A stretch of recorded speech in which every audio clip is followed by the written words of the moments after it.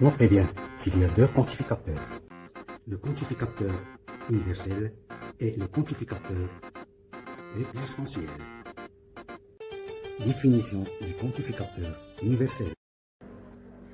La définition dit soit Px une proposition indépendante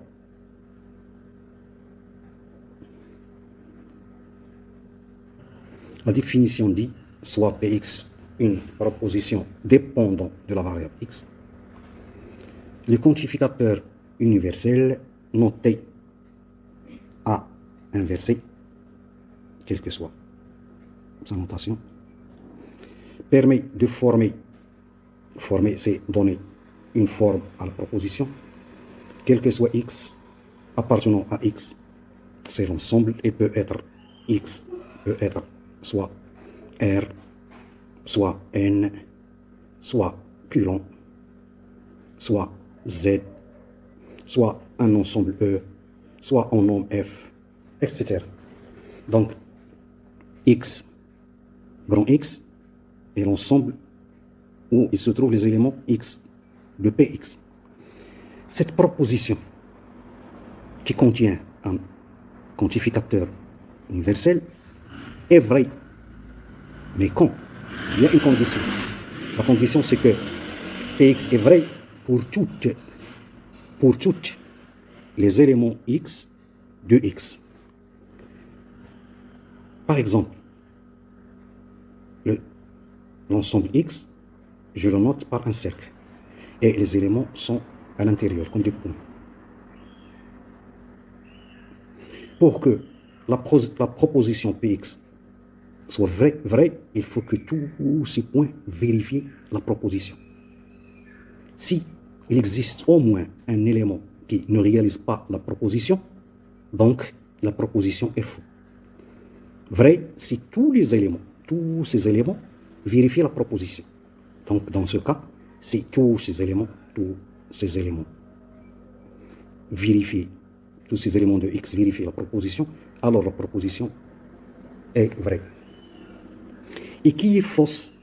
Si Px est fausse pour au moins, déjà on a dit tout, maintenant au moins un élément X de X. Donc comme on a déjà dit, la proposition est fausse s'il existe au moins, donc au moins par exemple, X contient 5 éléments, 1, 2, 3, 4, 5.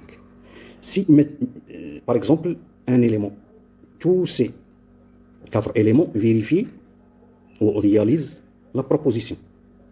Si au moins cet élément ne réalise pas la proposition, donc la proposition est fausse. Au moins, ça veut dire peut-être 1, 2, 3, 4, et pas 5. 5, c'est pour toutes. C'est les 5 éléments réalisent la proposition, c'est pour toutes.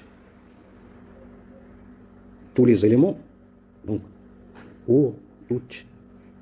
Au moins, par exemple, celle-là, au moins, ou bien 2, ou bien les 3, ou bien les 4. Je répète. La définition dit soit Px une proposition dépendante de la variable x.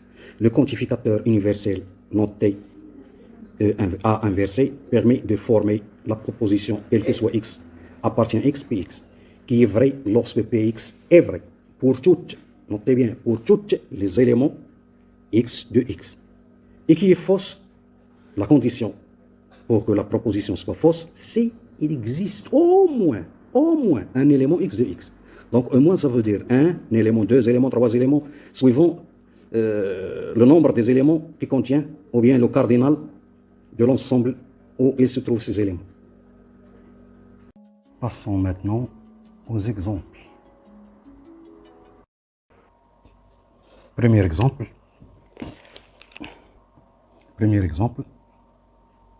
soit la proposition, par exemple P, quel que soit x appartenant à R,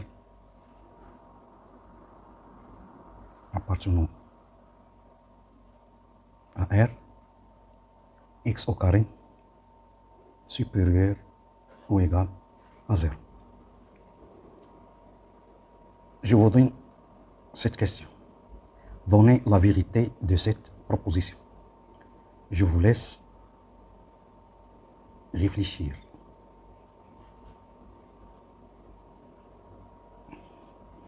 Donc, en appliquant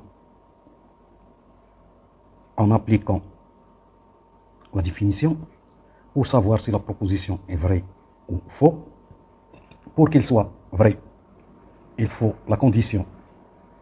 Il est vrai pour tous les éléments x de x.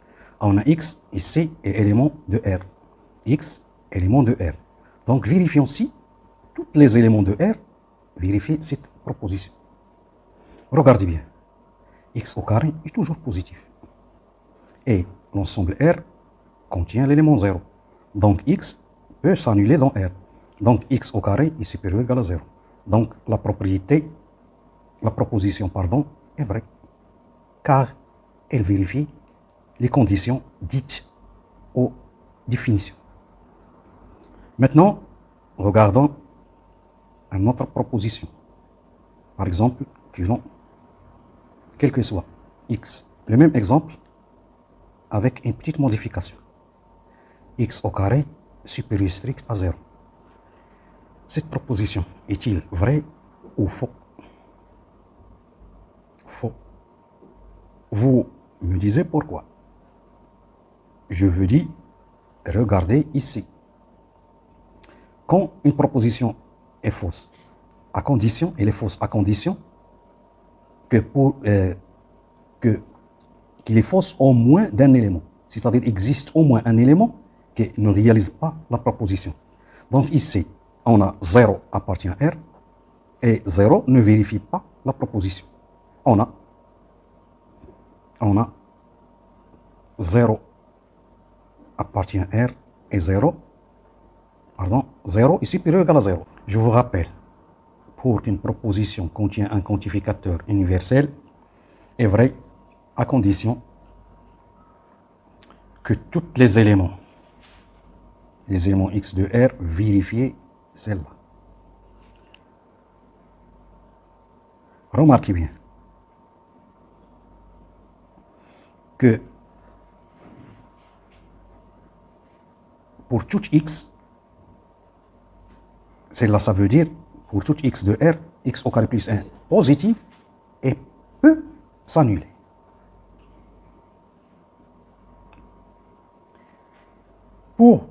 Comme j'ai déjà dit, pour que cette quantité s'annule, il faut qu'il y ait ici moins 1, plus 1. Car dans la somme d'un nombre et son opposé qui donne 0. Et ça est impossible. Donc, pour tout x de R, x au carré plus 1 ne s'annule pas. Ne s'annule pas. Comme il ne s'annule pas, donc la proposition est fausse. Regardez bien que le sens se diffère. Ici, supérieur strict à 0, car cette quantité ne s'annule pas. Ici, supérieur ou égal à 0, il faut faire bien attention à les choses comme ça. Parce que la plupart des élèves ne diffèrent pas entre supérieur strict et supérieur ou égal. Faire bien attention. Nous verrons un autre exemple.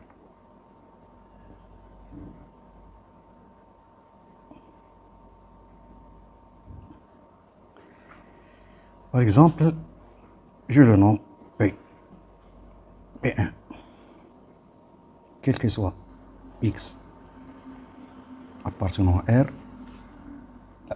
cette fois, je vais donner une proposition qui contient deux variables.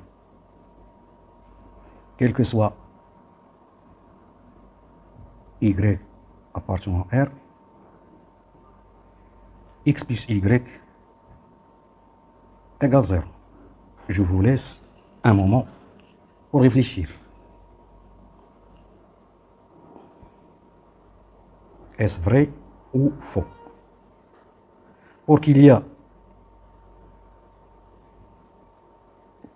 ait cette proposition la condition pour qu'il est vrai si toutes les x de R et toutes les y de R vérifient cette égalité. Regardez bien. Pour x égale 1, voilà, un élément de R, existe un élément de R, et y égale 2, ou C appartient à R, on a 1 plus 2 égale 3, différent de 0. Donc la proposition est fausse, car elle existe au moins. Je peux donner des valeurs à x, y, une infinité de valeurs. Par exemple, je donne x5, y3, x0, y5, et je trouve toujours qu'il est faux. Mais un seul exemple suffit. Nous, par exemple, P3 ou P4, je ne sais pas, je me saute. Quel que soit x appartenant à R, x au carré moins 1 égale à 0. Je vous laisse un moment pour réfléchir. Je vous rappelle, pour montrer qu'une proposition est vraie, il faut que tous les éléments x de R vérifient cette égalité. Ou si vous prouvez qu'il est fausse, la condition c'est au moins un x, existe au moins un élément de R qui ne vérifie pas x au carré moins 1 égale 0. Cette proposition est-il vrai ou faux? Elle est faux. La plupart des élèves confondent la proposition par une équation. Celle-là est faux. Faux. Vous me disiez pourquoi? Car je remarque, par exemple, cette méthode de raisonnement, notez bien, s'appelle raisonnement par contre-exemple. Par contre-exemple. Donc je donne un contre-exemple pour vérifier que la proposition est fausse ou pour prouver que la proposition est fausse. Par exemple, je prends n'importe quelle valeur de R pour vérifier. Ou bien la valeur que je remarque qui ne vérifie pas l'égalité. Moi maintenant, je prends pour x égale 3. On a 3 au carré égale 9. Et 9 moins 1 égale 8, différent de 0. J'espère que ça devient clair. Un autre exemple. Je note par exemple P5. Quel que soit n appartient à n étoile, n supérieur strict, c'est pas x, n supérieur strict à 1 sur n. Je vous laisse un moment pour réfléchir. Est-ce la proposition est-il vraie ou faux? Elle est vraie. Pourquoi?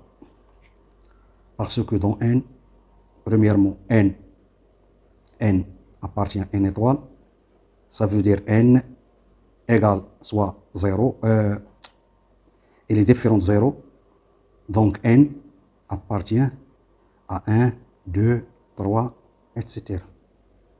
C'est pour ça qu'on divise par n, car n différent de 0. Et on sait que dans n, tous les nombres sont supérieurs à leur inverse, 1.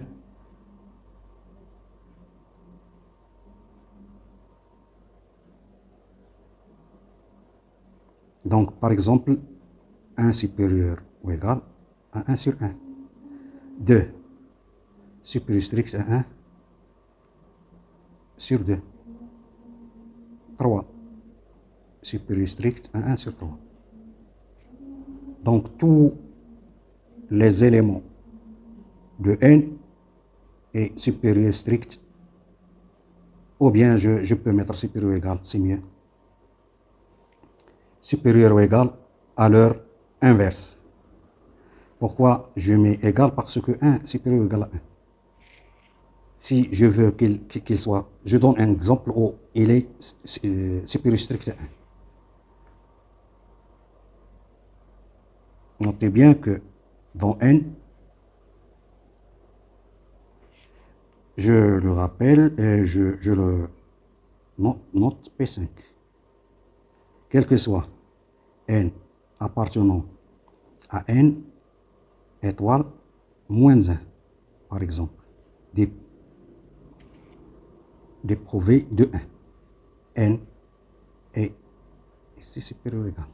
n supérieur strict à 1 sur n. Elle est vraie. Car dans n, lorsque lorsque n appartient à n étoile moins 1, n est supérieur strict à 1 sur n. Mais regardez bien maintenant. Et 6. Dans R, la proposition n'est pas toujours vraie. Quel que soit x appartenant à R, si je mets maintenant x supérieur à 1 sur x. Est-ce la proposition est-il vrai ou faux? Je vous laisse un moment de réfléchir. Je vous rappelle, pour qu'une proposition soit fausse, la seule condition, c'est qu'il existe au moins un élément de l'ensemble. En général, ici on a l'ensemble R, de l'ensemble R qui ne vérifie pas l'inégalité. Pour N, il est clair. Pour R, ça diffère. La méthode pour éprouver qu'une proposition est fausse s'appelle le raisonnement par contre-exemple. Regardez bien. Pour x, R contient les éléments positifs et négatifs. Donc je prends un exemple d'un valeur négative. Pour x, je donne à x un valeur négative. Pour x égale, par exemple, moins 2, on a x,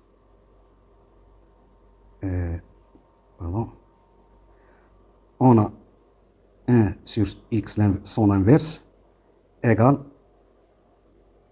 moins 1 demi. Si on compare 2, moins 1 demi, 2 est inférieur à 1 demi. Et on a moins 2 inférieur ou égal ou strictement inférieur strictement à moins 1 demi. Donc la proposition est fausse. Je vous rappelle, cette méthode de raisonnement s'appelle la méthode par contre-exemple. Je passe. Dans la prochaine vidéo, nous verrons le quantificateur existentiel.